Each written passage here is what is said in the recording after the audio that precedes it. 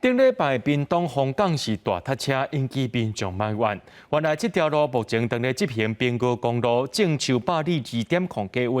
今仔日时代力量立委陈椒华甲环保团体做会召开记者会，讲这毋但是塞车的问题，是规个工程拢无详细规划，甲树仔错掉，搁再正新呢，安尼就爱开6亿，呼吁公路总局就爱暂停时间。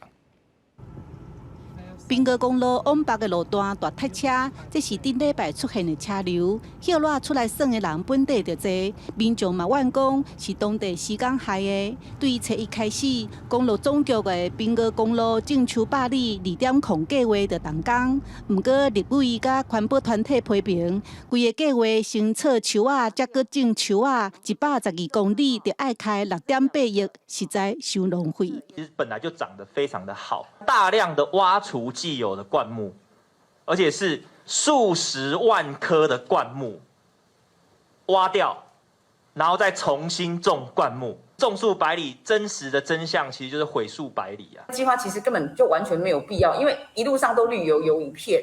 那恒春人最想要的快速道路，政府不给，就把钱拿去浪费种在树上面。 款团认为，这个工程无计划书、无生态评估，要求规个计划爱全面检讨。